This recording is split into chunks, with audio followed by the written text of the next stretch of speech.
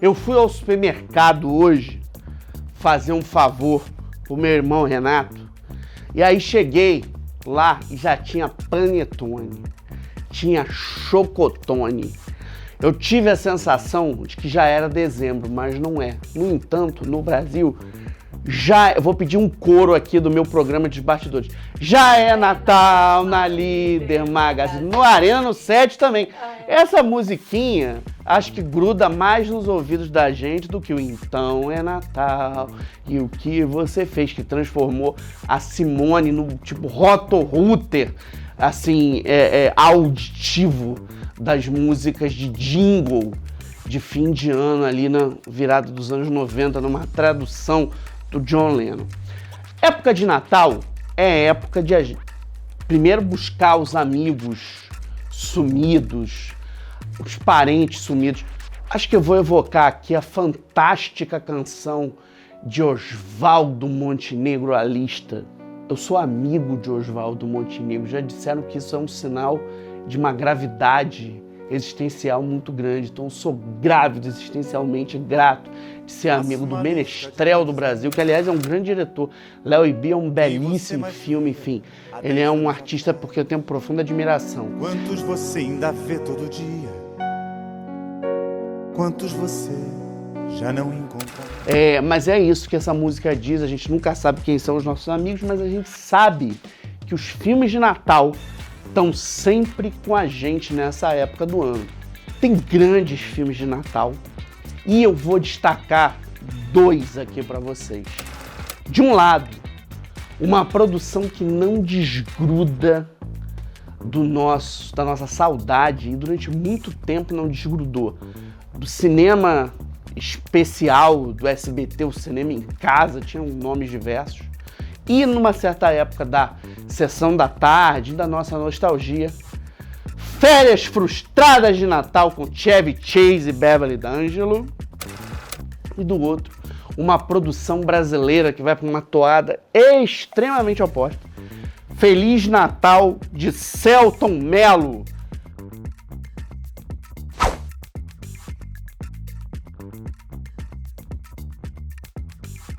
Quem ganha? Roda a vinheta!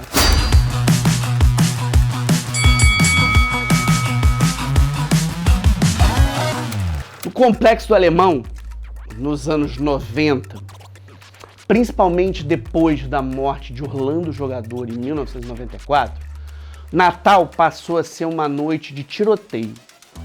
Não se atirava contra os moradores, principalmente no Morro do Adeus, onde eu cresci, mas era muito tiro pro alto, para uma afirmação do poderio das figuras vigentes ali, na época que o morro do território onde eu cresci era chefiado por Reinaldo Pinto de Medeiros, o E. Eu estou fazendo essa geopolítica para vocês para lembrar que existem muitos natais possíveis num país de dimensões continentais como o Brasil. E ao mesmo tempo, mundo afora, as representações do Bom Velhinho, o Pai Noel, como os portugueses falam, é muito variado.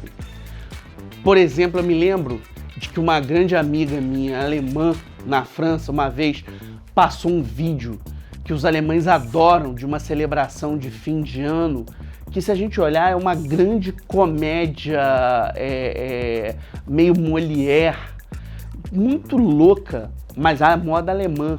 Enfim, eles celebram cada um de um jeito. Mas eu acho que existe uma tradição cinéfila muito forte, que durante muito tempo as TVs abertas alimentaram aqui no Brasil, principalmente o SBT, a extinta Manchete e a Globo, de passar desenhos natalinos. Eu me lembro que a gente via muito o Natal do Zé Colmeia, em que o Assombroso fazia assim uma lambança e acabava com o Natal. E a gente tinha o Natal do Alf, o Natal do Mickey, o Natal do Pateta e o Natal do Chaves, que é memorável. A gente vai falar do Chaves mais pra frente.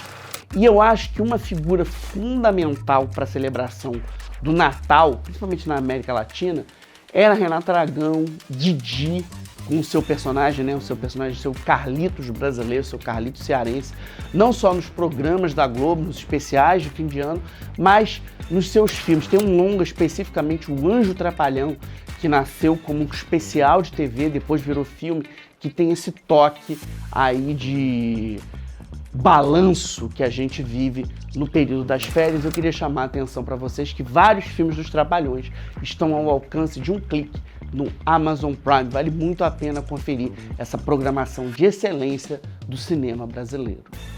Nessa noite tão feliz, como eu cantei isso nos programas de fim de ano pequeno, na voz da Xuxa.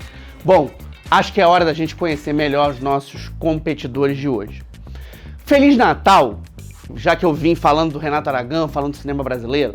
Feliz Natal é uma produção de 2008. Naquela época, apareceu um festival singular que tinha um crítico, Rubens Evald Filho, na sua curadoria, que era o Festival de Paulínia, no interior de São Paulo, uma cidade pertinho ali de Amparo, perto de Campinas. Foi um festival que durou pouco. Ele teve edições de 2008 a 2011, ele foi interrompido por crises políticas e na sequência ele volta em 2014 e ploft, sumiu, acabou. Naquela época era um festival que mobilizava muito dinheiro, uma exibição assim, muito nababesca, muitas estrelas, assim, era um festival top, mas diretoras e diretores de peso lançaram seus filmes ali.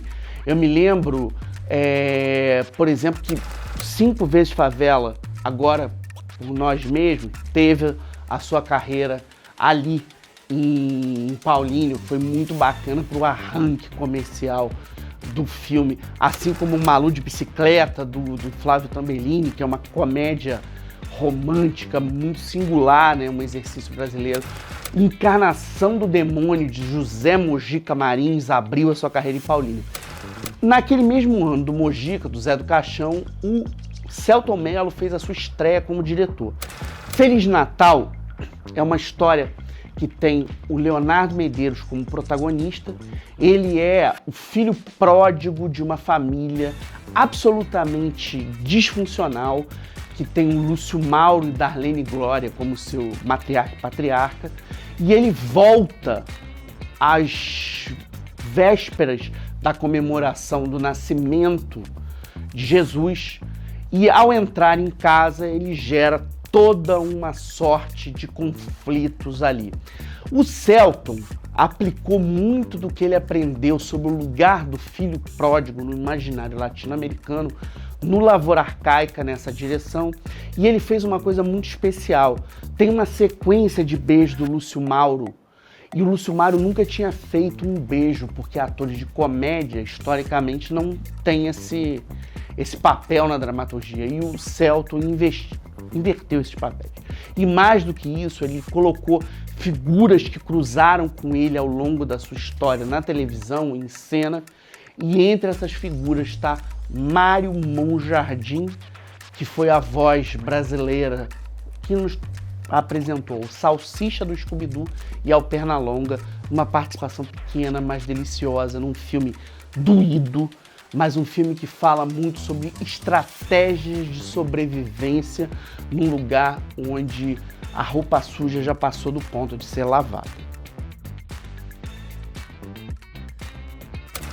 Rocky, um lutador, cruza o Natal de várias formas.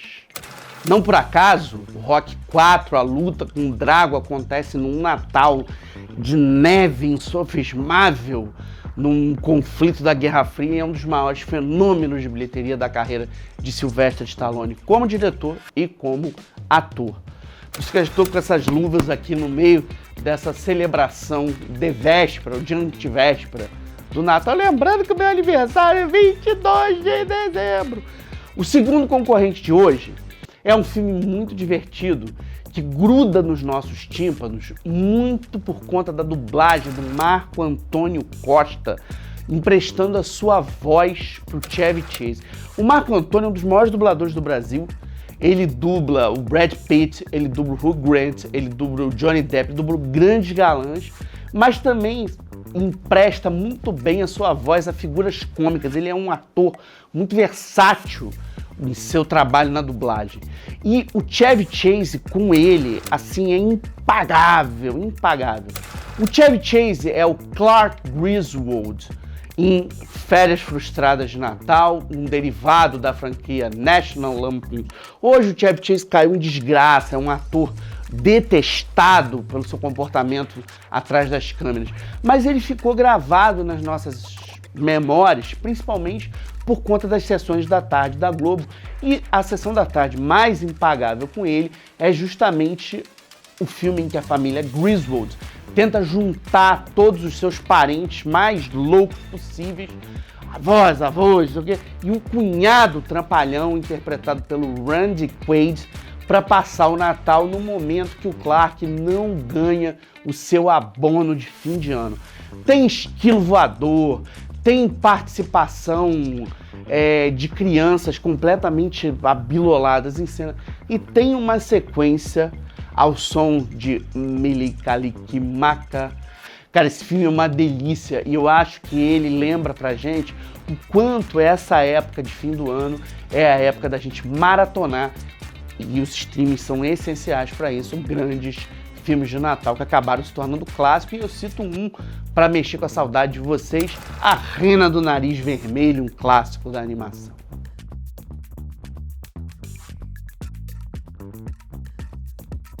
Quem será que ganha desses dois concorrentes de peso?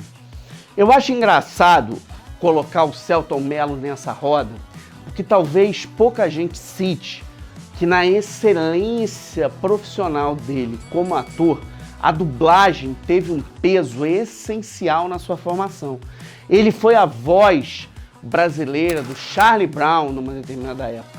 Ele dublou, pasmem, After Hours do Scorsese, ele era a voz do Griffin Dunne no Brasil. E eu acho que agora, com o sucesso internacional que o Anaconda vai fazer, a carreira dele, depois do Ainda Estou Aqui, vai para um outro patamar. E eu só espero que as obras dele como cineasta, os longas dele, continuem. Principalmente depois de Um Filme da Minha Vida, que eu acho assim uma chave de longa-metragem e que é pouquíssimo citado. O vencedor do Arena de hoje é, de um lado, Chevy Chase e suas Férias Frustradas de Natal. Do outro, Feliz Natal, de Selton Mello. A vitória vai para Feliz Natal.